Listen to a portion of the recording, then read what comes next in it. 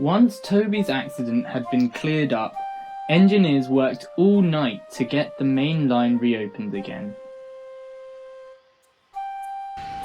Percy assisted in the operation.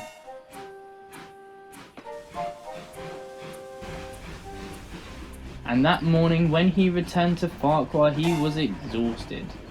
The Fat Controller was there, addressing Thomas and Daisy. "Yeah, Percy, you're just in time. Now obviously, what happened to Toby was a huge shock, and we don't have another engine to take his place just yet, but I reckon you can all manage. Percy, you'll be taking stone from the quarry all the way to the harbour. I won't be allowing any trains beyond the junction until it's been fully investigated.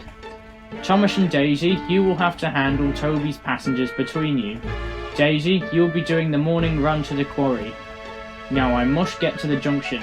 Thomas, I believe your train will leave shortly." The Fat Controller and Thomas left, and Percy was left alone with Daisy.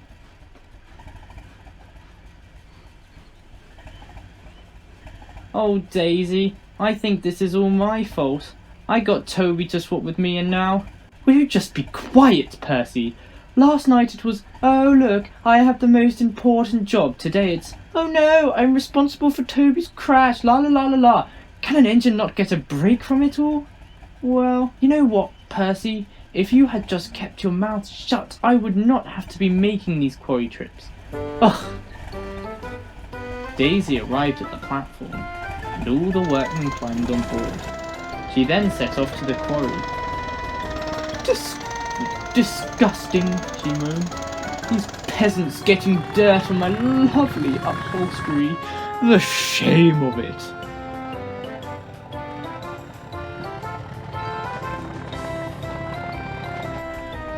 "Ooh, what a dirty place. Yuck." "Calm down, Daisy, it's only a quarry." "Oh, Mavis, I'm sorry. That little green teapot has just been getting on my nerves. And you do know how I don't like mess." "Yes, I do, Daisy. At least you aren't pulling any trucks." "I suppose so. But still, you just take your bad thoughts somewhere else, okay? This place is depressing enough without you moaning about everything." "I'm telling you, Thomas, it's my fault." "You're paranoid, Percy," Thomas said. "It really isn't your fault. And I'm sure Toby would say the same thing." "No, he wouldn't. I'm sure he's mad." "He chose to take the train. You didn't force him. He wouldn't have chosen to if I hadn't come up with the idea." "Please, Percy, just try and let this go. Toby and Henry are going to be fine. You're not to blame." But Percy just wouldn't accept it. Daisy's taunts still flew round his firebox. Daisy was still feeling fed up from her morning trip to the quarry, and now she had a milk wagon attached behind her, making her feel extra annoyed. "Stupid Percy, stupid milk, stupid branch line. Ugh. Sometimes I wish I could have a quiet little line to myself. Oh, maybe at the seaside, a cute little harbour at the end. Oh, that would be so divine." Daisy wasn't really paying much attention, and unfortunately neither was a porter on the platform. He was pushing the trolley when Percy blew his whistle in the distance. Distracted, he let the trolley go. It rolled down the ramp and clattered onto the tracks at the bottom. "Oh dear, oh dear." Percy pulled into the station where he had to wait for Daisy to pass. He saw the trolley on the line and saw Daisy approaching. "Oh no," Percy gasped. "The trolley! Daisy's going to hit it! We must warn her!" Percy sounded his whistle as loudly as he could. "Oh, that annoying green caterpillar," Daisy groaned. "Why is he whistling like that?" "Maybe it's to get our attention," her driver said. "I think we better slow down." "Driver, on the rails! Look! Stop! Stop!" Daisy managed to stop a few inches from the trolley. She was very shaken.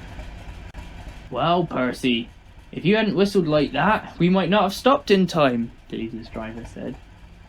I'm just glad I could prevent another accident, Percy said quietly, and he steamed away before Daisy could reply.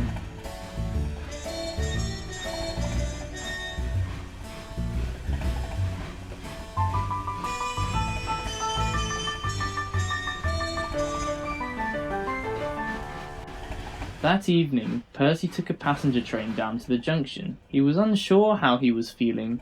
It had been an eventful day.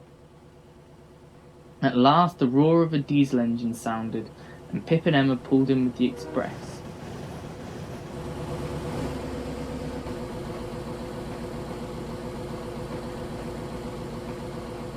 I see the junction's repaired, Pip smiled. Thanks for all the help. Oh, it was nothing. Mostly Donald and Douglas, actually. Percy felt very shy. You're too modest, Pip laughed. But then Toby said you would be. Toby? Percy was confused. Our last stop was Crovansgate, Pip chuckled. And your old friend was there. He is very sorry he didn't get to speak to you before he left, but he has some words for you. Percy, I've had the privilege of working with you for many, many years, and because of that, I know exactly how you're going to have reacted to this whole ordeal. So I'm here to tell you, this is not your fault. And don't let Daisy tell you any different, as she no doubt has. Accidents happen, and some are unavoidable. But you know that none of this, and I mean none, is of your doing. So please, make your old friend happy, and don't be sad. He said all that? Driver wrote it down for us so we remember exactly everything, Pip grinned. Percy smiled. I guess he knows me well. And me. Daisy rolled out of the sheds and alongside Percy. Daisy? I didn't see you there.